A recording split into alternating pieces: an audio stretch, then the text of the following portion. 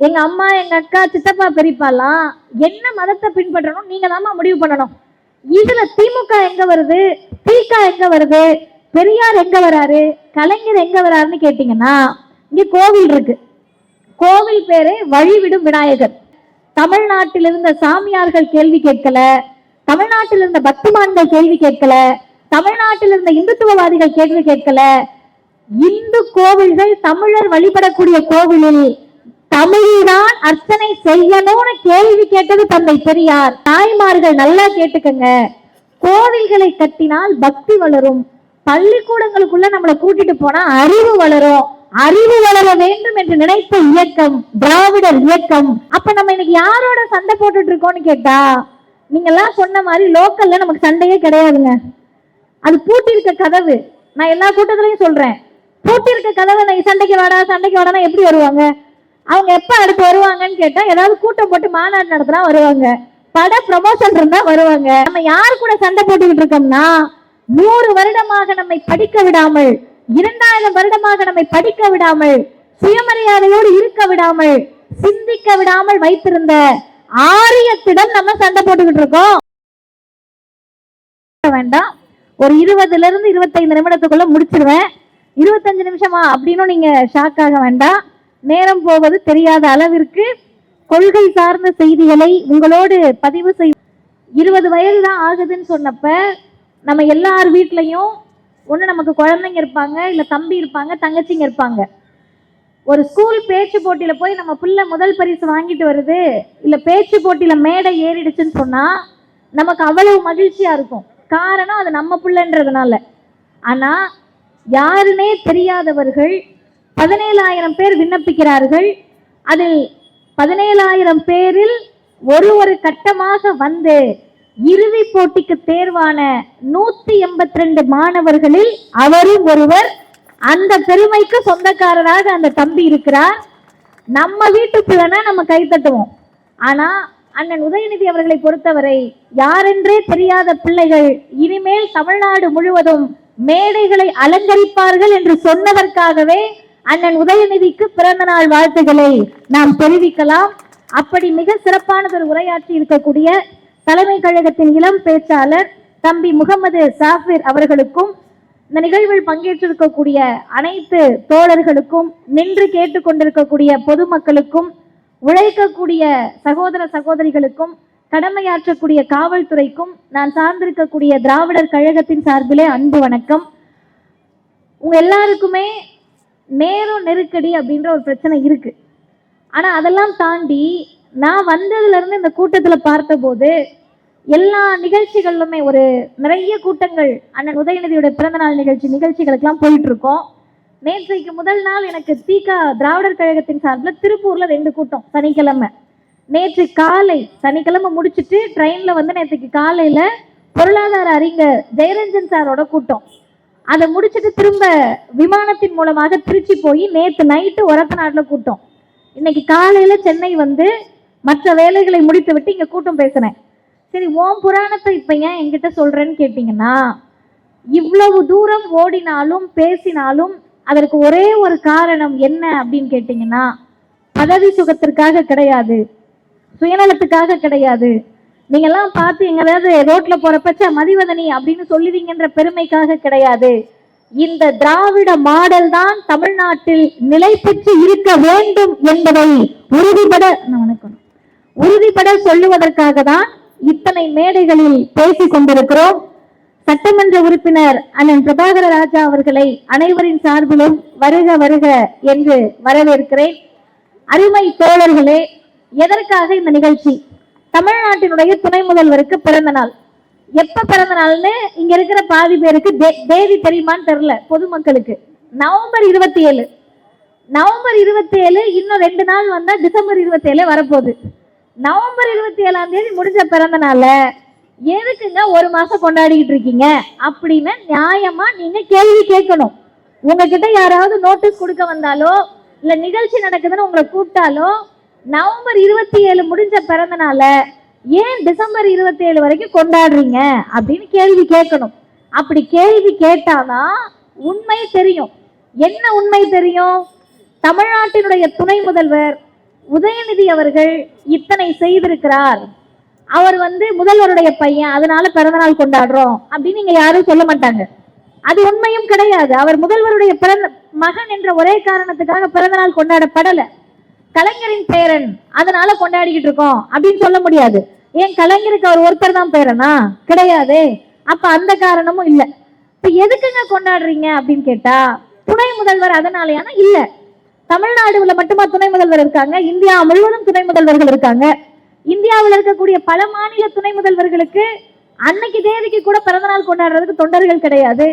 ஆனா திமுக மட்டும் ஏன் இந்த துணை முதல்வருக்கு ஒரு மாசம் கொண்டாடணும்னா, அவர் முதல்வரின் மகன் என்பதால் அல்ல, கலைஞரின் பேரன் என்பதால் அல்ல, தமிழ்நாட்டின் துணை முதல்வர் என்பதால் அல்ல, அனைத்தையும் தாண்டி பாசிசம் என்ற மிகப்பெரிய பேராபத்தை தனி மனிதராக துணிச்சலோடு எதிர்கொண்டார். அதற்கு நம்ம நன்றி சொல்றோம். எதுக்கு நன்றி சொல்றோம்னா, கலைஞருக்கு பிறகு வெற்றிடம் ஏற்பட்டுருச்சு, ஒண்ணுமே இல்ல, திமுக அழிய போகுது, திராவிடர் இயக்கம் இனிமே மண்ணோட போகுது, பேசுறதுக்கு யார் இருக்கீங்க அப்படின்னு கேட்டாங்க. கேட்டப்பதான் எங்களுடைய கழகத்தின் தலைவர் ஆசிரியர் வீரமணி அவர்கள் சொன்னாரு, தமிழ்நாட்டில் ஏற்பட்டிருப்பது வெற்றிடம் கிடையாது, மு.க. ஸ்டாலின் இடத்திலிருந்து இந்தியாவே கற்றுக்கொள்ள இருக்கிறது, தமிழ்நாடு கற்றிடம் அப்படின்னு சொன்னார். இது நாங்க தாய் கழகம், அதனால நீங்க பாராட்டுறீங்கன்னு சொல்லலாம். மதிவதனி சொன்னா முதல்வரை பிடித்ததால் சொல்லலாம்லாம். அருமை தாய்மார்களே, பெரியோர்களே, பொதுமக்களே, நல்லா கேட்டுக்கங்க. முதல்வர் யார் என்பதை நாம் சொல்லுவதை விட ஆரிய பார்ப்பனியம், அவர் பேரை சொல்ல நான் விரும்பல, அந்த அரைகுறை பார்ப்பனர் ஒரு வார்த்தையை சொன்னாரு, Stalin is more dangerous than கலைஞர் கருணாநிதி. அர்த்தம் என்ன? உங்க அப்பா கேப் விட்டு அடிச்சாரு, நீ கேப்பே விடாம அடிச்சுக்கிட்டு இருக்கீங்களே அப்படின்னு அர்த்தம். அப்படி இருக்கிறப்ப முதல்வரை பார்த்து சரி இதோட முடிஞ்சிடும், இவங்க ஆட்சியில் இருக்கிற வரைக்கும் நம்மளை போட்டு பாடாப்படுத்துவாங்க, சமூக நீதி திட்டம்னு சொல்லி பார்ப்பனர் அல்லாத மக்களுக்கு செய்வாங்க, பிசி எம்பிசி எஸ்சி எஸ்டி எல்லாம் நல்லா படிக்க வைப்பாங்க, வேலைக்கு போக வைப்பாங்க என்று நினைத்தார்கள். ஆனா இப்ப என்ன வயிற்றுல புளிய கரைக்குதுன்னா, பாசிஸ்டுகளுக்கும் ஆதிக்கவாதிகளுக்கும் ஐயோ அவராவது பரவாயில்ல சைலண்டா செஞ்சுட்டு போயிடுறாரு, திட்ட மாட்டேன்றாரு, இவர் மேடை ஏறினாலே சனாதனத்தை ஒழிப்பேன்னு மடார்னு மண்டமேலையே அடிக்கிறாரே என்ற பதட்டத்தோடு இருக்கிறார். அப்படி இருக்கின்ற போது எங்களை போன்ற இளைஞர்கள், உட்கார்ந்து கேட்கக்கூடிய உங்களை போன்ற மகளிர், நின்று கேட்கக்கூடிய தோழர்கள், சனாதனத்தை ஒழிப்பேன் என்று சொன்னால் அதுக்கு பின்னாடி இன்னொரு வார்த்தை இருக்கு, அதை சேர்த்துதான் நம்ம சொல்லணும். சனாதனத்தை ஒழிப்பேன் என்பதற்கு பின்னாடி இருக்கக்கூடிய வார்த்தை சமத்துவத்தின் பக்கம் நான் நிற்பேன், பெண்ணுரிமையின் பக்கம் நிற்பேன், உங்களோடு நிற்பேன்னு அர்த்தம். அப்ப அவர் அந்த களத்தில் நிற்கின்ற போது நம்ம தானே அவருக்கு தூக்கி பிடித்து கொண்டாடணும், அவருடைய கரங்களை நம்ம தானே வலுப்படுத்தணும். அதுல நம்மளுடைய சுயநலமும் இருக்குல்ல. என்ன சுயநலம்னு கேட்டா, அம்மாமார்கள்லாம் உட்கார்ந்துருக்கீங்க, நான் சொன்னேன் வந்த உடனே இந்த கூட்டம் ரொம்ப பார்ப்பதற்கு அழகா இருக்கு, தொடர்ந்து எல்லா நிகழ்ச்சியும் அப்படிதான். இந்த பக்கம் பார்த்தா அண்ணன் ஒருத்தர் இஸ்லாமிய சகோதரர்கள் தலையிலக்குள்ள வச்சு உட்காந்துருக்காங்க, முன் வரிசையில அண்ணன் ஒருத்தர் நெத்தில கேப்பே இல்லாம குங்குமம் பொட்டு சந்தனம் எல்லாத்தோட உட்காந்துருக்காரு. அந்த பக்கம் அண்ணன் நின்று கேட்கிறவர் மாலை போட்டிருக்காரு, கடமையாற்றக்கூடிய காவல்துறை அதிகாரி மாலை போட்டிருக்காரு, மேடையில அண்ணன் மாலை போட்டிருக்காரு. அந்த பக்கம் குல்லாவோட அண்ணன்மார்கள், இந்த பக்கம் மாலை போட்டிருக்க சகோதரர்கள், மேடையில் முழங்கிய தம்பி முகமது சாஃபர், பேசிக் கொண்டிருக்கக்கூடிய மதிவதனி கடவுள் மறுப்பை பேசக்கூடிய நாத்திக இயக்கத்தை சார்ந்தவன் சொன்னா இதுதான் தமிழ்நாடு, தமிழ்நாடு இப்படிதான் இருக்கும், முடியலன்னா ஒண்ணும் பண்ண முடியாது. இதுதான் தமிழ்நாட்டுடைய வரலாறு. என்ன வரலாறுன்னு கேட்டீங்கன்னா, இங்க இருக்கக்கூடிய இஸ்லாமிய சகோதரர்களை பார்க்கிற போது நமக்கு அவங்களோட குல்லா உறுத்தாது, அவங்க தலையில இருக்கக்கூடிய புர்கா எங்களுடைய கண்களை உறுத்தாது. நான் மேடையில உட்கார்றேன், அண்ணனுடைய மாலை என்னை உறுத்தாது, இந்த பக்கம் திரும்பி பார்க்கிறேன், அவங்களோட நெத்தியில இருக்கக்கூடிய குங்குமம் என் கண்களை உறுத்தாது, ஏன் கருப்பு சட்டை இங்க இருக்க யாருடைய கண்களையும் உறுத்தாது. அது அர்த்தம் என்ன?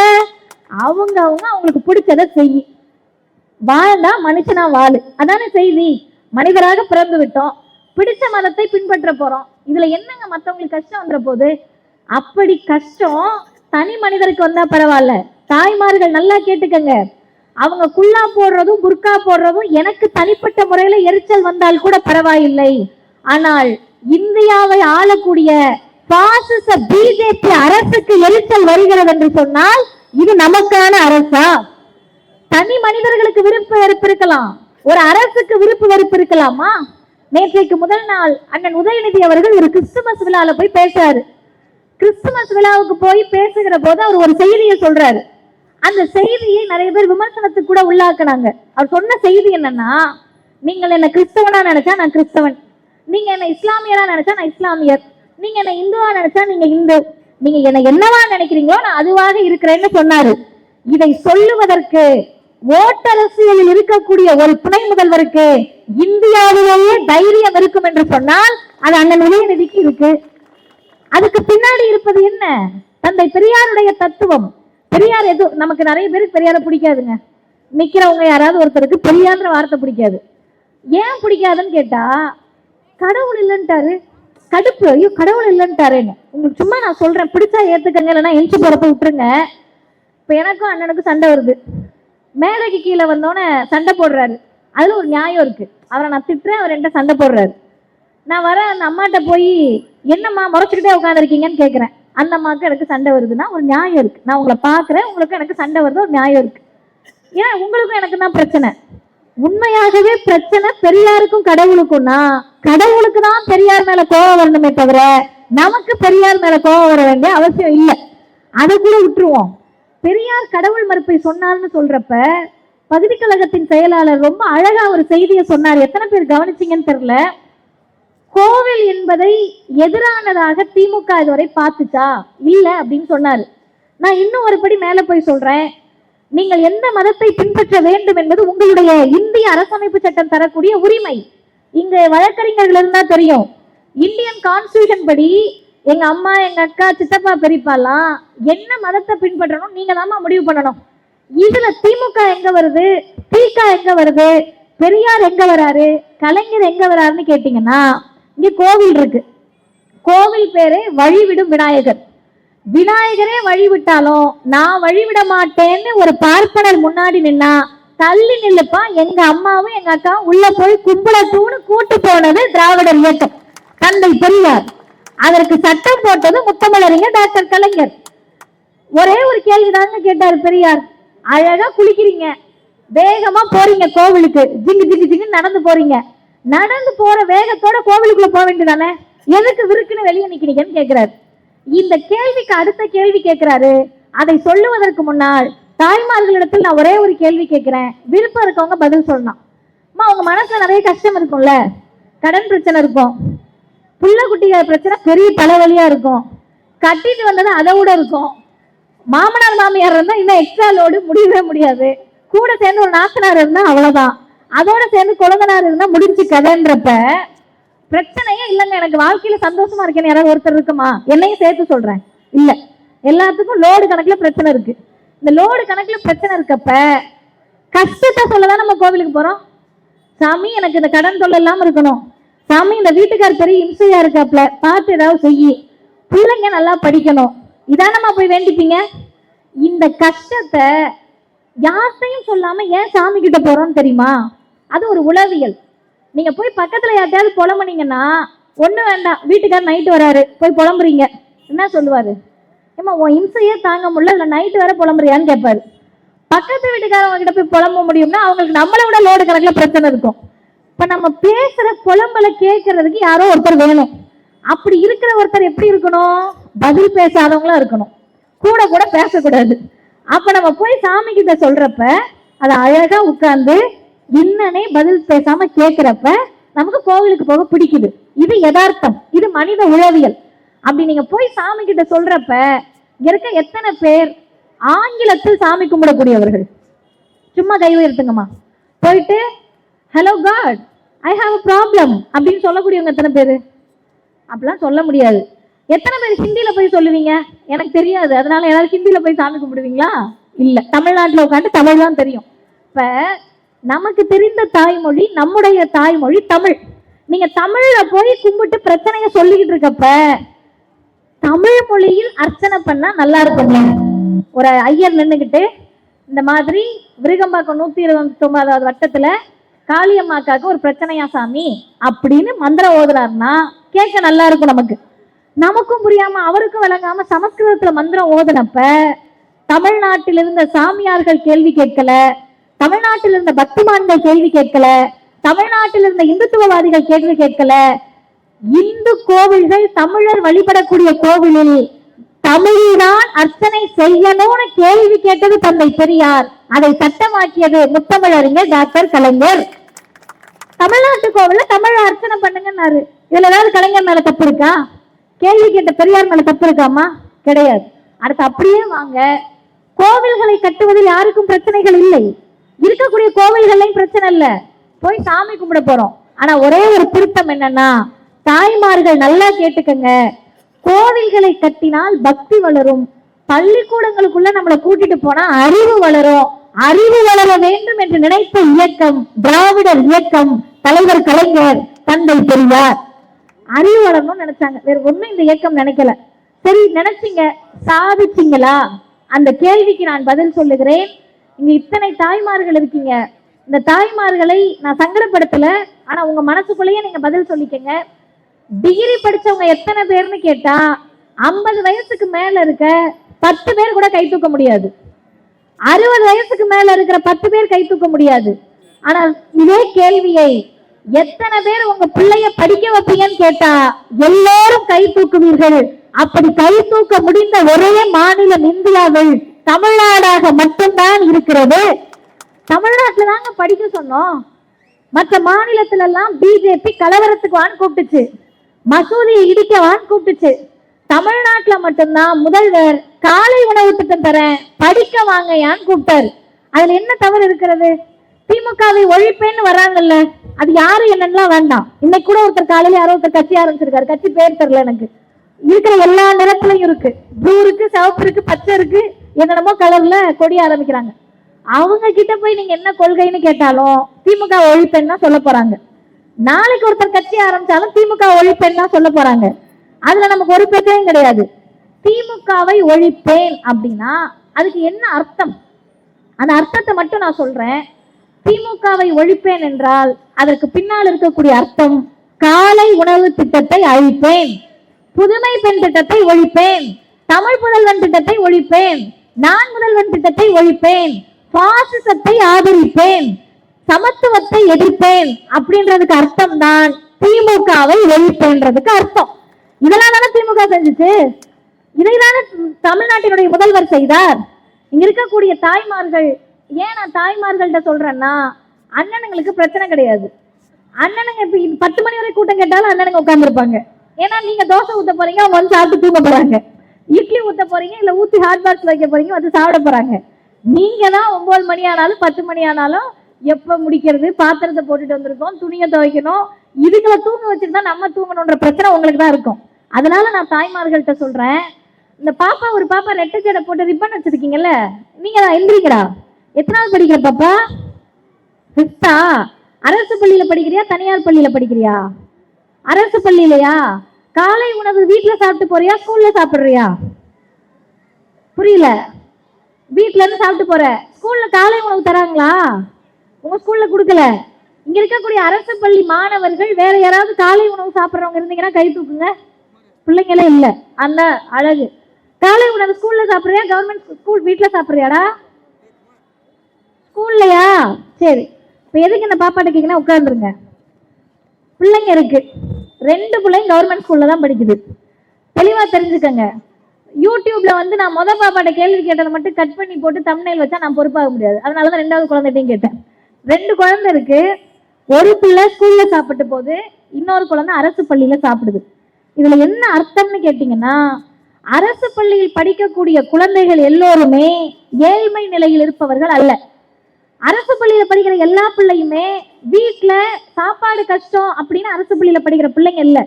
தமிழ்நாடு அரசு இந்த 3.5 வருடங்களில் அரசு பள்ளி என்பது தனியார் பள்ளிகளுக்கு நிகராக தரம் உயர்ந்திருக்கக்கூடிய காரணத்தினால் அரசு பள்ளியை நோக்கி பிள்ளைங்க போகுது.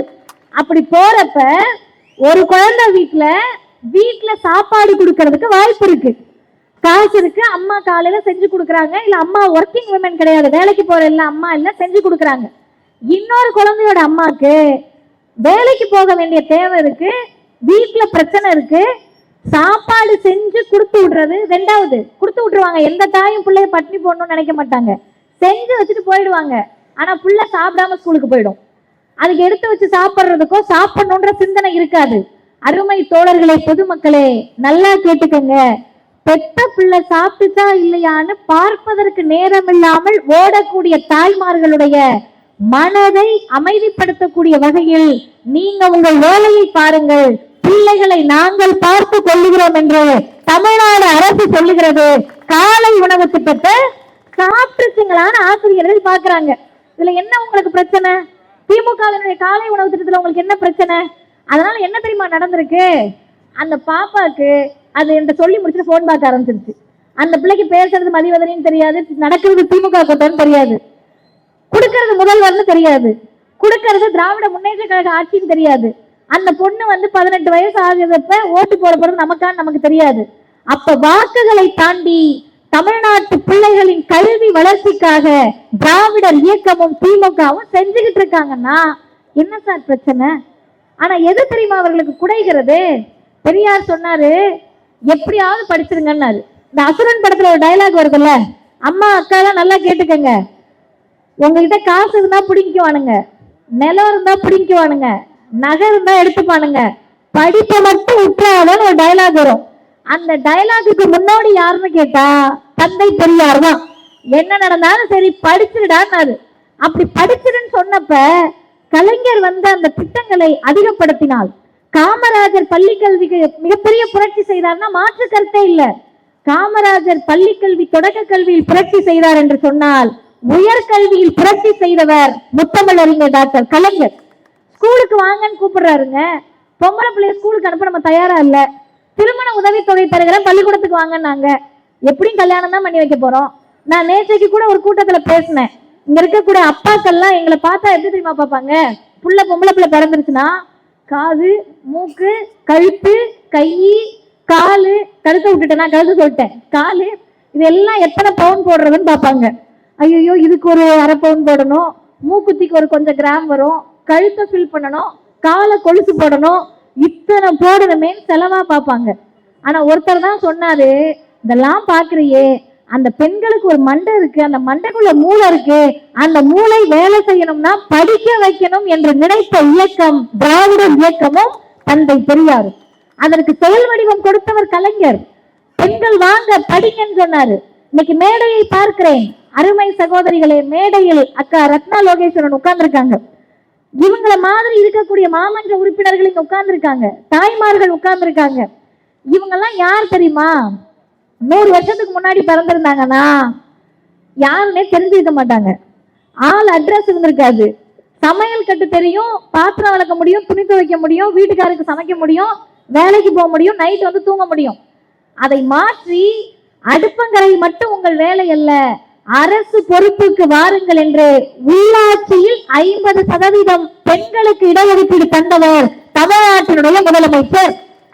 சரி, இவ்வளவு பேசிட்டியம்மா, இதுக்கும் துணை முதல்வர் பிறந்த நாளைக்கு என்ன சம்பந்தம் என்பதை மட்டும் 3 செய்திகளை சொல்லி நான் நிறைவு செய்கிறேன்.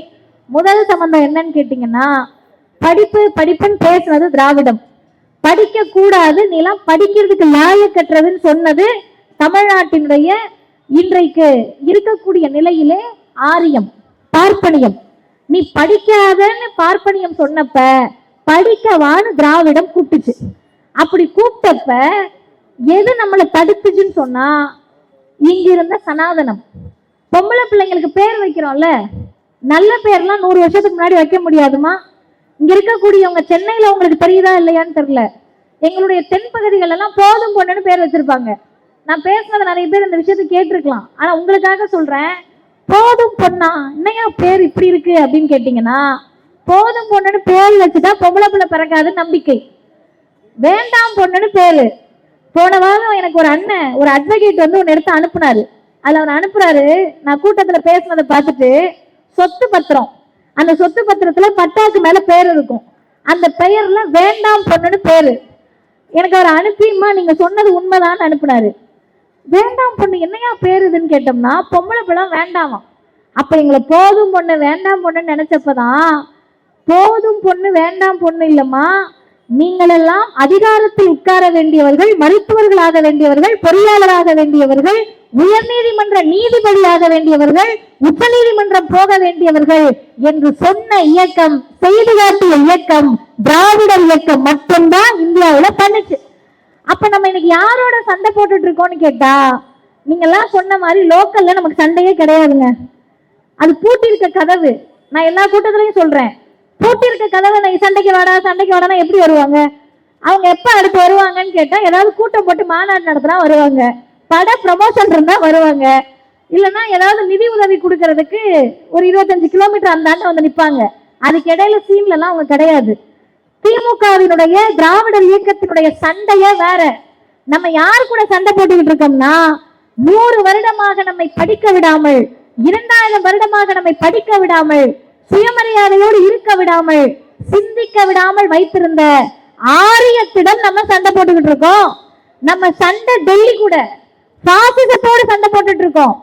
இந்தியாவிலேயே மிகப்பெரிய படைபலம் கொண்ட, பணபலம் கொண்ட, நல்லா கேட்டுக்கங்க, பணபலம் கொண்ட, இந்தியாவில் இருக்கக்கூடிய கார்ப்பரேட் கம்பெனிகள் எல்லாம் கையில் வச்சிருக்கக்கூடிய, உலக நாடுகளினுடைய பாசிசவாதிகளை கையில் வைத்திருக்கக்கூடிய மோடி என்ற பிம்பத்தோடு தமிழ்நாட்டின் துணை முதல்வர் சண்டை போட்டுக்கிட்டு இருக்காரு. அவங்க கிட்ட பெரிய பணபலம் இருக்குங்க. ஒன்றிய அரசு நம்ம சாதாரணமா சொல்லிக்கிட்டு இருக்கோம், சாதாரணமான ஆட்கள் எல்லாம் கிடையாது. இன்னைக்கு நம்ம கிட்ட 40 எம்பி இருக்காங்க, அவங்க கிட்ட பல 100 கணக்கான எம்பிகளை நாங்க வச்சிருக்கோன்றாங்க. ஆனா என்ன தெரியுமா செய்தி? நீ 100 கணக்கில் கொள்கை இல்லாத எம்பிகளை வைத்திருக்க, நாங்கள் 40 எம்பிக்களை வைத்திருந்தாலும் கொள்கை வயப்பட்டவர்களை நாடாளுமன்றத்திற்கு அனுப்பி இருக்கிறோம். நம்ம அவங்க கூட சண்டை போட்டுக்கிட்டு இருக்கோம். இந்த சண்டையில் யாரோடு நம்ம நிற்க போறோம்? நான் உங்க வீட்டு பிள்ளையாவே என்ன நினைச்சு இந்த கேள்வியை நான் கேட்கிறேன். நீங்க யார் கூட நிக்க போறீங்க? நம்மளை படிக்க விடல, பொம்பளை பிள்ளைய பேச விடல, தெருவுல விடல, கோவிலுக்குள்ள விடல, தமிழ நீசபாசன் சொன்ன சனாதனத்தின் பக்கம் நிற்க போறோமா, இல்லை அதை ஒழிப்பேன்னு சொன்ன திராவிட முன்னேற்ற கழகத்தினுடைய துணை முதல்வரின் பக்கம் நிற்க போறோமா? இதுதான் சண்டைங்க. இந்த சண்டையில எந்த பக்கம் நிற்க போகிறோம் என்பதை புரிய வைப்பதற்கான கூட்டம் இது. நான் இன்னொன்னு சொல்றேன், இதெல்லாம் கூட ஏதோ மாதிரி இருக்கும். எல்லாரும் பல்லு விளக்குவோம்ல, நம்ம இப்படி இறங்கிட்ட பல்லு விளக்குவோமான்னு கேட்கிற அப்படின்னா, பல்லு விளக்குவோம். இந்த பல்லு விளக்குறது பிரஷ் வச்சு விளக்குவோம்லமா, அந்த பிரஷுக்கு 5% ஜிஎஸ்டி வரி கட்டுறோம். தெரியாமையே பல்லு விளக்கிட்டு இருக்கோம் பிரஷ் வச்சு, 5% ஜிஎஸ்டி. இப்ப நம்ம என்ன முடிவுக்கு வருவோம்? பிரஷ்ல விளக்குனாதானே 5% வரி, நான் கையில விளக்கிக்கிறேன் அப்படின்னு முடிவெடுத்தீங்கன்னா, கையில பேஸ்ட் வைப்போம்ல, அந்த பேஸ்டுக்கு 18% வரி, 18%. ஏன்னா பல்லே விளக்குல குளிச்சுட்டு போறேன்னீங்கன்னா சோப்புக்கு 18% வரி. ஏன்னா பல்ல விளக்குல குளிக்கல துணியாலும் போட்டுக்கிறேன்னா துணிக்கு 5ல இருந்து 12% வரி. ஒரு ஆடைக்கும் ஒரு மாதிரி வரி. பல்லு விளக்க வேணாம், குளிக்க வேணாம், துணி போட வேணாம், சோறாவது நிம்மதியா திங்கலாமா பிஜேபி ஆட்சியிலன்னு கேட்டா அரிசிக்கு வரி, சோறுக்கும் வரி, கடலை மிட்டாய்க்கு வரி. இந்த பாசிச பிஜேபி எவ்வளவு மோசமானது, கொடூரமானதுக்கு ஒரே ஒரு உதாரணம் சொல்லுகிறேன். பெண்கள் பயன்படுத்தக்கூடிய நாப்கினுக்கு வரி போட்ட கூட்டம் இந்த பாசிச பிஜேபி மோடி கூட்டம். இதையெல்லாம் எதிர்த்து யார் கேள்வி கேட்டான்னா தமிழ்நாடு கேட்டது, இந்தியாவின் பல மாநிலங்கள் கேள்வி கேட்டார்கள். நிதியமைச்சருக்கு சொரணையே வரலையே, நிர்மலா சீதாராமனுக்கு சொரணையே வரல, என்னமோ கேட்டுட்டு போங்கன்னு இருந்தாங்க. வெள்ள பாதிப்பு, புயல், விருகம்பாக்கத்தை மிக சிறப்பாக கையாண்டு சட்டமன்ற உறுப்பினருக்கு நம்ம அதுக்கே பாராட்டு தெரிவித்தாக வேண்டும். மழை காலத்தில் உங்களோடு ஒருவராக எல்லா நேரத்திலும் இருக்கக்கூடிய சட்டமன்ற உறுப்பினரை பெற்றிருக்கிறீர்கள். அப்படி மழை வெள்ளத்தெல்லாம் நம்ம பார்த்துக்கிட்டு இருந்தா, ஒரு காலத்துல சென்னையை மீன் மெட்டீரியலா பயன்படுத்திட்டு இருந்தாங்க.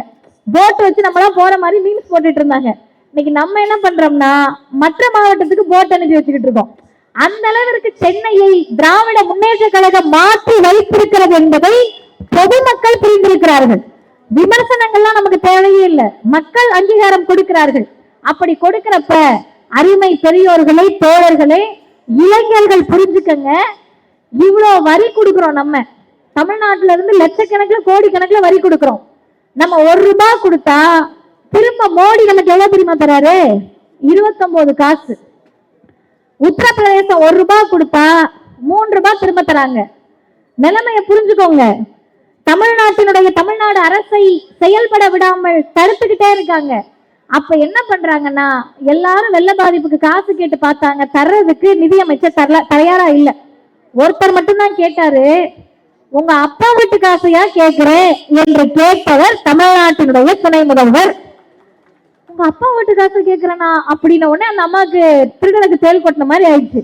ஐயோ, என்ன இவர் உண்மையை போட்டு உடைக்கிறாரு, அது நம்ம அப்பா வீட்டு காசு இல்லையே, தமிழ்நாட்டு மக்களோட காசு தானே. உண்மையை சொல்லவும் முடியல, மெல்லவும் முடியல. பிரச்சனையை எப்படி திருப்பினாங்கன்னா, உதயநிதி மரியாதை இல்லாமல் பேசுறார், ஒருமையில் பேசுகிறார், அப்பன் வீட்டு காசை கேட்கிறேன்னு யாராவது சொல்லுவாங்களா அப்படின்னாங்க. இவர் யாரு? இவர் பெரியார் பேரன், கலைஞர் பேரன், முளைக்கி அதை தான் முழங்கி கொண்டே இருக்கிறார். டக்குன்னு என்ன சொன்னாருன்னா, ஓ அப்பா வீட்டு காசை கேட்கிறேன்னு சொன்னதான் பிரச்சனையா? மாண்புமிகு நிதியமைச்சர் அப்பா வீட்டு காசையா கேட்கிறேன் என்று கேட்கிறேன், காசை கொடு, அதான செய்தி. கொடுங்கறல்ல, திருடுறல்ல, தமிழ்நாட்டு வரிப்பணத்தை திருடிதானே நீங்க இவ்வளவு பெரிய கோட்டையை ஒன்றிய அரசு கட்டி வச்சிருக்கீங்க. எங்கள் பணத்தை எங்களுக்கு தாருங்கள் என்று துணிச்சலோடு கேட்பவர் தான் தமிழ்நாட்டினுடைய துணை முதலமைச்சர். அவருக்கு தான் பிறந்த நாள் விழா. நான் இன்னும் ஒன்றை மட்டும் சொல்லுகிறேன். நிறைய பேரு எல்லாம் சரிமா கூட்டம் கூட்டி உட்கார வச்சிருக்கீங்க. இந்த சனாதனத்தை ஒழிப்பேன், ஜிஎஸ்டி வரி, வெள்ள பாதிப்பு எல்லாம் சரி, எங்களுக்கு என்ன? நாங்க எதுக்கு உட்கார்ந்து கிடக்கணும்? நீங்க ஏன் தெரியுமா உட்காரணும்? திமுகவின் கூட்டத்தில், திக கூட்டத்துல பெரியார், அண்ணா, கலைஞர் இந்த பேர்கள் எல்லாம் கேட்கிறப்ப மகளிர் எதுக்கு தெரியுமா உட்காரணும்? ஆண்களுக்கு கூட உட்காரணுமா இல்லையாக்குறாங்கல்ல. பெரியாரும் அண்ணாவும் கலைஞர் என்ன தெரியுமா செஞ்சாங்க? பெருசா ஒண்ணும் செய்யல, ஒன்னே ஒண்ணுதான் இந்த தமிழ்நாட்டுல செஞ்சாங்க. அது ரொம்ப நாளைக்கு முன்னாடி கூட நான் இந்த விஷயத்த பேசல, இன்னைக்கு பேசுறேன். இந்த புதுமை பெண் திட்டம்னு ஒரு 1000 ரூபாய் தராங்க. அது எல்லாருக்கும் தெரியும், எல்லாரும் பேசிட்டாங்க. இந்த புதுமை பெண் திட்டம் 1000 ரூபாவை சிலாகித்து நிறைய பேர் பேசினாங்க. ஆனா நான் எப்ப தெரியுமா பூரிப்படைந்தேன்? 4 நாளைக்கு முன்னாடி ஆங்கில பத்திரிகை ஒரு டேட்டாவை வெளியிட்டாங்க. தமிழ்நாடு திட்டக்குழு ஒரு டேட்டாவை வெளியிட்டாங்க. நிறைய இளம் பெண்கள் உட்கார்ந்துருக்கீங்க, புதுமை பெண் திட்ட பயனாளிகள் உட்கார்ந்துருப்பீங்க. அந்த பிள்ளைங்க கிட்ட சர்வே எடுக்கிறாங்க, மைக்க தூக்கிட்டு போய் கேள்வி கேட்கிறாங்க, இந்த 1000 ரூபாய் வச்சு என்னமா பண்றீங்கன்னு. அந்த பிள்ளைங்க நிறைய சொல்லிச்சுங்க, நாங்க வீட்டு தேவைக்கு பயன்படுத்திக்கிறோம், பேங்க்ல வச்சிருக்கோம், அதெல்லாம் சொன்னாங்க. ஆனால் ஒரு 30% பெண்கள் சொன்னதை நான் சொல்லுகிறேன்.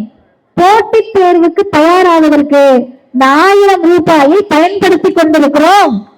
என்ன தெரியுமா அர்த்தம்? 100 வருஷமா காவல்துறையில பெண்கள் இல்ல. பொம்பளை பிள்ளை காக்கி உடுப்பு போடலாமா? ஐயோ குத்தமாயிடும், காக்கி உடுப்பு போட்டா பிள்ளை யாரோடையாவது ஓடி போயிடும் பயந்தாங்க. பெரியார் தான் சொன்னாரு காவல்துறையில் பெண்களை நியமிக்கணும்னு. பெரியார் சொன்ன 1929ல 31ல செய்வதற்கு ஆள் வேணும்ல, செய்வதற்கு ஆள் இல்லை. தமிழ்நாட்டில் பெண்களை காவல்துறையில் நியமித்தவர் முத்தமிழறிஞர் டாக்டர் கலைஞர். அதனுடைய அர்த்தம் என்னம்மா? இன்னைக்கு நீங்க போறீங்க, போலீஸ் நிக்கிறாங்க, லைசன்ஸ் இல்லைன்னு பிடிக்கிறாங்க, இல்ல திருடன் ஓடுறாரு, திருடனை போய் பிடிக்கிறாங்க போலீஸ். நல்லா கேட்டுக்கங்க, திருடனை பிடிச்ச உடனே திருடன் திரும்பி பாக்குறாரு, இவர் பெண் போலீஸ், அதனால நம்ம ஓடிடலாம். ஓட முடியுமா? ஆம்பளை போலீஸோ பொம்பளை போலீஸோ காக்கி உடுப்ப மாட்டிட்டா அது போலீஸ் தான் என்று சொன்னவர் தந்தை பெரியார். இவர்கிட்ட இருக்க காக்கி உடுப்ப வாங்கி அந்த பிள்ளைக்கு போட்டு விடு, அதை பார்த்து சமூகம் பயப்படட்டும்னாரு. இந்த லத்திய வாங்கி அந்த பிள்ளை கையில குடியா, பயந்துட்டு போதுன்னாரு. கலைஞர் அதை செய்து காட்டினார். இன்றைக்கு இந்தியாவில் தமிழ்நாட்டில் அதிக காவல்துறையில் மகளிரை கொண்டிருக்கிறோம் என்று சொன்னால் அந்த விதையை விதைத்த இயக்கம் திராவிடர் இயக்கம். இதுல என்னமா ஆச்சுன்னு நீங்க கேட்கலாம். ஒரு காலத்துல பிறக்கவே கூடாதுன்னு நம்மள நினைச்சப்ப அரசு பணிகள்ல நம்மள உட்கார வச்சு அழகு பார்த்தாங்கல்ல, அப்படி அழகு பார்த்ததனுடைய விளைவு இன்னைக்கு என்ன தெரியுமா இருக்கு? புதுமை பெண் திட்டத்துல வாங்குற 1000 ரூபாயை வச்சு போட்டித் தேர்வுக்கு புத்தகம் வாங்கி 3 வருஷம் 4 வருஷம் படிச்சு, புதுமை பெண் திட்டம் பெண்களை படிப்பாளியாக மட்டும் மாற்றவில்லை, அரசு அதிகாரிகளாக மாற்ற இருக்கிறது என்பதுதான் புதுமை பெண் திட்டத்தினுடைய பலன். நீங்க யோசிச்சு பாருங்க, இது எல்லாமே உங்களோடு சம்பந்தப்பட்டது. அதெல்லாம் தாண்டி நிறைய பேர் கஷ்டப்படுவீங்க, கடன் வாங்கியிருப்பீங்க, பெரிய கொடுமைகள் எல்லாம் அனுபவிச்சுதான் இந்த இடத்துக்கு நம்ம வந்திருப்போம். சென்னையில இருக்கிறதுனாலயே நம்ம எல்லாம் பெரிய பணக்காரங்க கிடையாது, கோடீஸ்வரங்க கிடையாது. அடுத்த வேலை சாப்பாட்டுக்கு வேலைக்கு போகக்கூடிய மக்கள்லாம் கூட இருக்கலாம், தினக்கூலிகள் இருக்கலாம், சின்ன சின்ன பெட்டி கடை, டீ கடை வச்சு பூக்கடை வச்சு பொழைச்சிக்கிறவங்க எல்லாம் இருக்கலாம். நீங்க யாரா வேணா இருக்கலாமா. உங்க எல்லாருக்கிட்டையும் ஒரு கேள்வி கேட்கறாங்கன்னு வைங்க, எதுக்குங்க அப்படி ஓடுறீங்க? ராத்திரி பகலா டீ கடை வச்சிருக்கீங்க. அண்ணெல்லாம் நான் வந்ததுல இருந்து பாக்குறேன், டீ கடையில டீ ஆத்திக்கிட்டே தான் இருக்காரு. பூக்கடை வச்சிருக்க அம்மா நைட்டு 9 மணி வரைக்கும் பூ கட்டுறவங்களெல்லாம் நான் பார்த்திருக்கேன். பெட்டி கடை வச்சிருப்பாங்க, ஆளே இல்லைனாலும் பெட்டி கடை திறந்திருக்கும். யாராவது ஒருத்தர் வந்து ஒரு கடலை மிட்டாய் வாங்கிட மாட்டாங்களான்னு.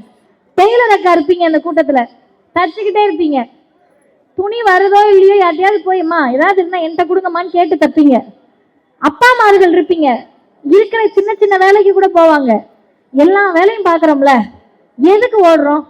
விருகம்பாக்கத்திலேயே அம்பானி மாதிரி ஆயிடணும்னா மோடி ஆட்சியில் அதெல்லாம் முடியாதுமா. சாரி, அம்பானி அதானிலாம் அவங்க தான், நம்மளால முடியாது.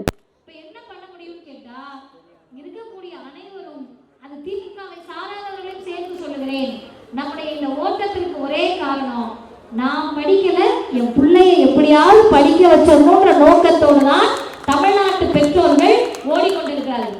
அப்படி நீங்க ஓடிக்கிட்டு இருக்கப்ப இன்றைக்கு வந்த செய்தியை சொல்லுகிறேன். ஆபத்தை நீங்க புரிஞ்சுக்கணும். இன்னைக்கு காலையில் வந்த செய்தியை சொல்றேன். நிறைய பேர் நீங்க 10வது படிச்சவங்க இருப்பீங்க. என்ன படிச்சிருக்கீங்கன்னு கேட்டா 10வது ஃபெயில் அப்படின்னு சொல்றவங்க இருப்போம். 10வது ஃபெயில் ஆன உடனே ஏன் மேல படிக்கலன்னு போய் கேட்டீங்கன்னா, 10வது ஃபெயில் ஆயிட்டா திரும்ப ஒரு வருஷம் படிக்கணும்ன்ற சிஸ்டம் இருந்துச்சு. அந்த சிஸ்டத்தோட கலைஞர் வந்து சொன்னாரு, 10வது ஃபெயில் ஆயிட்ட. ஆமா உண்மை. எத்தனை பாடத்துல ஃபெயில் ஆன? ஒரு பாடத்துல, மேத்ஸ்ல ஃபெயில். மேத்ஸ்ல ஃபெயில், மத்த 4 பாடத்துல பாஸ் தானே. அப்ப இந்த ஒரு பாடத்துல ஃபெயில் ஆனதுனால ஒரு வருடம் உனக்கு வீணாக வேண்டாம். அடுத்த வருடம் ஜூன் மாசத்துல பரீட்சை எழுதி ஏற்கனவே பாஸ் ஆன பையன்களோட நீயும் 11வது போய் சேருன்னு சொன்னவர் முத்தமிழறிஞர் டாக்டர் கலைஞர். பெற்றோர்கள் புரிஞ்சுக்கங்க, நம்ம பிள்ளை வந்து 10வது ஃபெயில் ஆகுதுன்னு சொன்னா ஒரு பாடத்துல ஃபெயில் ஆனா ஒரு வருஷம் ஃபுல்லா திரும்ப படிக்கணும். அதை கலைஞர் மாத்தினாரு. மாத்தினப்ப பெரிய எதிர்ப்பெல்லாம் வந்துச்சு. ஐயோ கல்வித்தரம் போகுதே, ஐயோ தகுதி போகுதே. கத்துனதெல்லாம் யாருன்னு கேட்டா 100 வருஷமா படிச்சவங்க. நம்ம 100 வருஷமாலாம் படிக்கல, முதல் தலைமுறையா படிக்க வரோம். படிப்பு வாழையே நமக்கு தெரியாது. மலைக்கு கூட பள்ளிக்கூட பக்கம் ஒதுங்கலன்னு சொன்ன குடும்பத்துல இருந்து வந்திருப்போம். அப்படி வர்றப்ப இன்னைக்கு மோடி சொல்லுகிறார், ஒன்றிய அமைச்சகம் சொல்லுகிறது, அருமை பெற்றோர்களே, விருகம்பாக்கம் பகுதி வாழ் பொதுமக்களே, 5வதுலயும் 8வதுலயும் உங்க பிள்ளை ஃபெயில் ஆயிட்டா அந்த ஃபெயிலான பாடத்தை திரும்ப எழுதி தேர்ச்சி பெற்ற பிறகுதான் அந்த வகுப்பை தொடர முடியுமா? இது என்ன புரியலையேன்னு கேட்டா எளிமையா சொல்றேன். இப்ப கணக்குப்படி தமிழ்நாட்டுல 9வது வரைக்கும் ஆல் பாஸ் கட்டாய தேர்ச்சி. உடனே படிப்பாளிகள்லாம் வந்துருவாங்க, ஐயோ 9வது வரைக்கும் எல்லாரும் பாஸ் ஆகுறதுனாலதான் தமிழ்நாடு கல்வித்தரம் நாசமா போச்சுன்னு. தமிழ்நாடு கல்வித்தரம் நாசமாலாம் போல.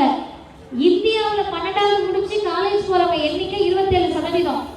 தமிழ்நாட்டுல பள்ளி படிப்பு முடிச்சு காலேஜ் போறவங்க சதவிகிதம் 52% பெற்று தமிழ்நாடு கல்வி தரத்துல உயர்ந்துதான் இருக்கு.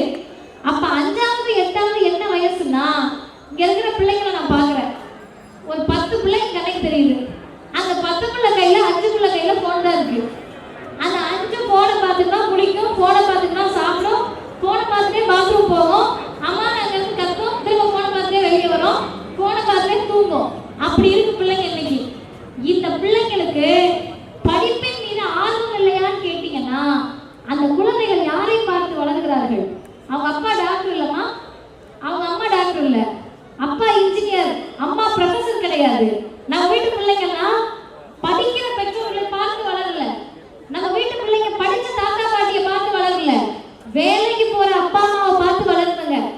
ஆனா நீங்க இதே ஒரு உயர் சமூகத்தில் இருக்க வீட்டு பிள்ளைய போய் பாருங்க, அப்பா டாக்டரா இருப்பாரு, அம்மா டீச்சரா இருப்பாங்க, 2 பேரும் காலேஜ் ப்ரொஃபஸரா இருப்பாங்க. அவங்கள பாக்குறப்ப அந்த பிள்ளைக்கு தன்னால படிக்கிற ஆர்வம் வரும். அப்ப இப்படி ஆர்வம் இல்லாம இருந்தாலும் 15 வயசு தாண்டின பிறகு அந்த பிள்ளைக்கு டாக்டர் ஆகணும்னு தோணும், இன்ஜினியர் ஆகணும்னு தோணும். 15 வயசு ஆன பிறகு ஐயோ இந்த வருஷம் நாசமா போச்சு, டீச்சர் ஆகணும்னு தோணும், வக்கீல் ஆகணும்னு தோணும். அந்த அர்த்தம் என்ன? 15 வயசுல தான் குழந்தைக்கு படிக்கணும்ன்ற எண்ணமே வரும். அப்படி எண்ணம் வர்றப்ப எந்த காரணத்தை கொண்டும் இந்த குழந்தைகளுடைய எண்ணம் வீணாகிவிடக் கூடாது என்று 9வது வரைக்கும் கட்டாய தேர்ச்சி என்று சொன்ன மாநிலம் தமிழ்நாடு.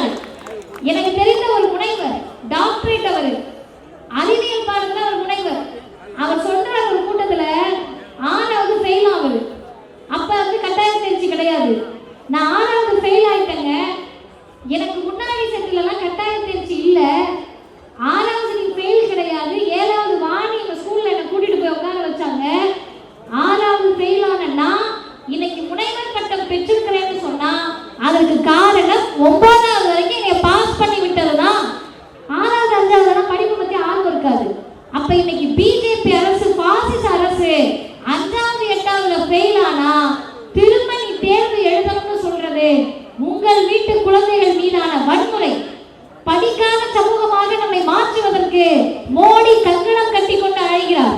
இந்த நிலைமைக்கு போனா 10 பாத்திரம் தேய்க்கிறவங்க வீட்டு புள்ள திரும்ப 10 பாத்திரம் தேய்க்கும்.